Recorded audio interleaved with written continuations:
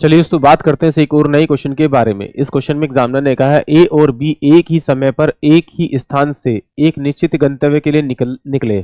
ए की गति के 5/6 की गति से चलने पर बी ए के 1 घंटा 15 मिनट बाद गंतव्य पर पहुंचा। बी गंतव्य पर इस समय किस समय पहुंचा वो एग्जामिनर मुझसे पूछ रहा है कि मतलब वो किस समय पे बी पहुंचेगा, ये एग्जामिनर ने मुझसे पूछा है। तो देखिए एग्जामिनर कह रहा है कि भाई यहाँ पर कि भाई ए और बी की जो गति दे रखी है वो क्या दे रखी है कि ए की गति के 5/6 की गति से बी से चलने पर बी ए से 1 घंटा 15 मिनट बाद गंतव्य पहुंचता है।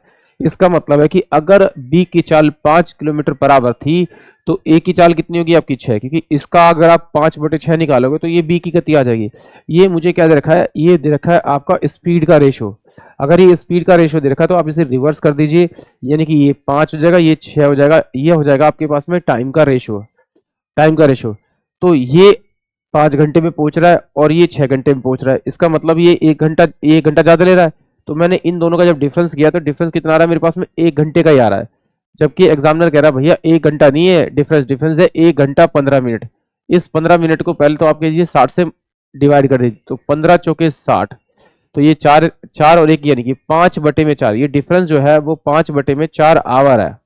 तो इसे 5/4 आवर बनाने के लिए किससे मल्टीप्लाई करना पड़ेगा, 5/4 से। तो जिससे से मल्टीप्लाई से इसकी टाइम को मल्टीप्लाई कर दीजिए 5/4, तो 2 दूनी 4 और 2 तिया 6, यानी कि 15/2 आवर में वो पहुंच जाएगा बी उस गंतव्य पे। तो इसका मतलब क्या है, 7 सही 1/2 आवर आ रहे हैं। तो अगर 60 से मल्टीप्लाई कर दूं तो ये मेरा मिनट में चेंज हो जाएगा, यानी 7 घंटे 30 मिनट में बी जो है वो अपने गंतव्य पर पहुंच जाएगा। यानी कि ऑप्शन जो मेरे पास में सी है वो इस क्वेश्चन के लिए करेक्ट होगा। ये एग्जामिनर ने मुझे कहा। आई होप आप सभी को क्वेश्चन समझ में आया होगा।